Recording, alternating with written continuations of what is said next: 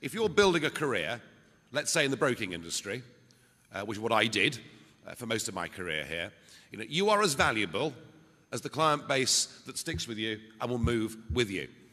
And in many, many cases, women make different choices in life to the ones that men make, simply for biological reasons. And if a woman who has a client base, has a child, and takes 2 or 3 years off work, she is worth far less to the employer when she comes back than when she went away, because that client base will not be stuck as rigidly to her portfolio. And I'm afraid I sometimes think that we look at the figures, the pay gap in the city between men and women, and assume that it's still an old boys' club full of discrimination. Actually, pre-Big Bang, it was. No question about that. When I first worked in the city, it was a deeply sexist place. It really was. That's all gone completely. I don't believe in the big banks and brokerage houses and in Lloyd's of London and everywhere else in the city. I do not believe there is any discrimination against women at all. I think young, able women that are prepared to sacrifice the family life and stick with their career will do as well, if not better, than the men.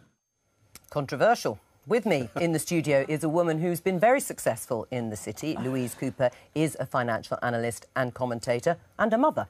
And is champing at the bit to discuss Nigel's comments. But first of all, Nigel, you said that... Well, just get the ground rules here clear. If you're a television presenter, right, you can have a baby, and you can have a baby and come back, no problem. If you're a dentist, you can go. If you're a financial markets analyst, you can take time off and come back. If you're working on a brokerage desk, right, which I did for many, many years, I would not even take a fortnight's holiday because that was too long to be away from those accounts. So I was being very, very specific. Except you said there was no sexual discrimination, you believed, against women in city firms. Well, city firms... What do you base that on? City firms are far more hard-nosed and look at the bottom line. And I do not believe the reason women are paid less in the city is because we have gross discrimination. Louise?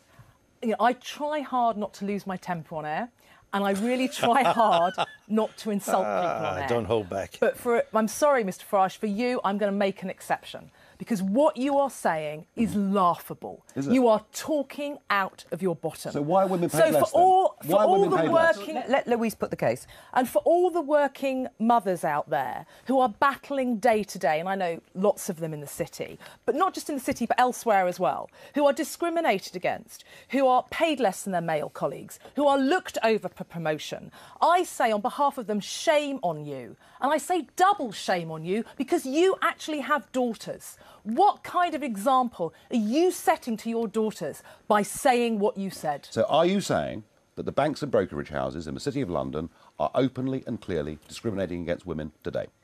Openly and clearly is difficult, but they are discriminatory. The point you make about maternity leave, OK?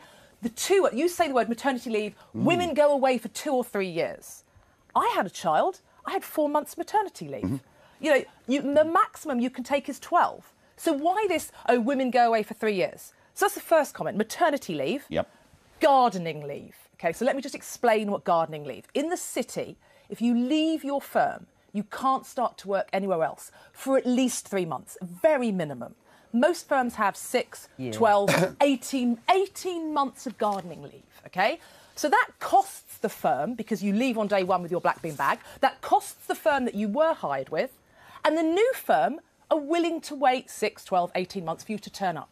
So if it was so important for you to be there every second of the day and not have 3 months maternity leave, why does the whole city run on the let's poach other staff? Because clearly, and even more in the brokerage industry, there is a lot of gardening leave, and people and brokerage firms are willing to pay many millions to guarantee someone who will arrive in 6, 12, 18 months' time, which is far longer than maternity leave. So don't give me maternity leave. I say gardening leave back to you. And no one talks about that for discrimination against men. Well, the reason gardening leave was put in place is because people know that actually any time away from accounts brings in and increases the level of risk. So that's the very reason gardening leave was introduced. Look, when I ran a brokerage company, I had a guy came to me one morning and said, Nigel, I'm resigning.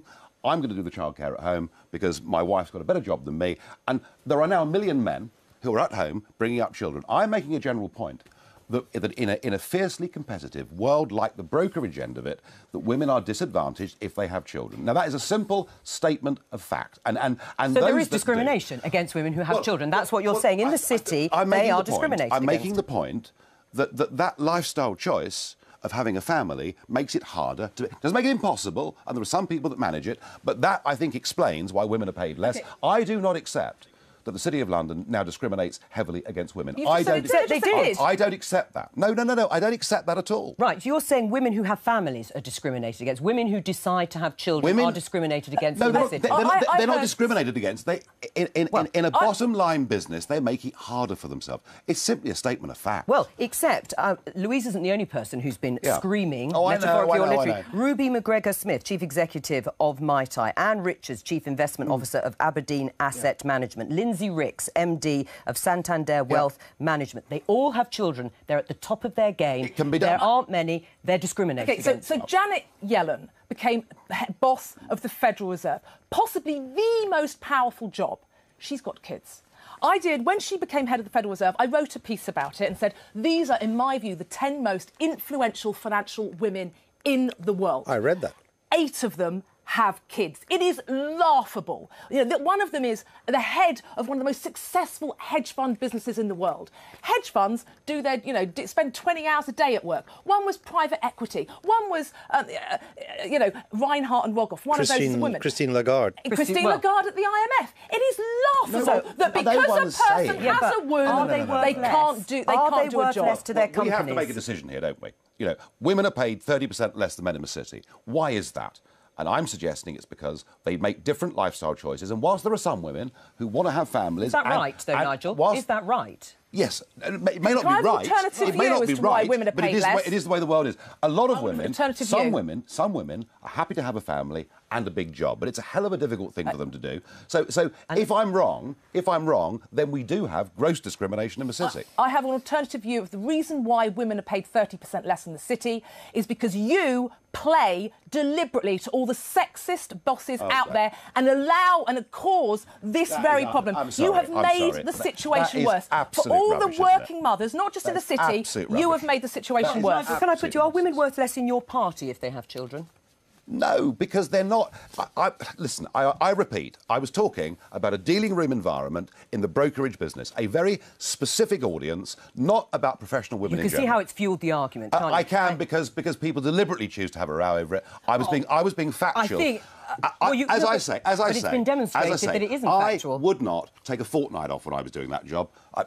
No more than a week. One thing I will say to you, Louise, about women in the city, they earn, relative to many other industries, a lot of money. They can afford to pay for that childcare without losing the majority of their salary. I put to you, in general, that can be a big problem. Well, exactly, and that is, so, again, when I said shame on you, Mr Farage, I say shame on you for all the daughters out there who are trying for a career in the future and for all the women who want to work but because childcare is so damned expensive in this country, cannot work but want to, you're making their situation worse. I'm not talking about 99% of the jobs market in this country. I was talking about one specific area. Thank you.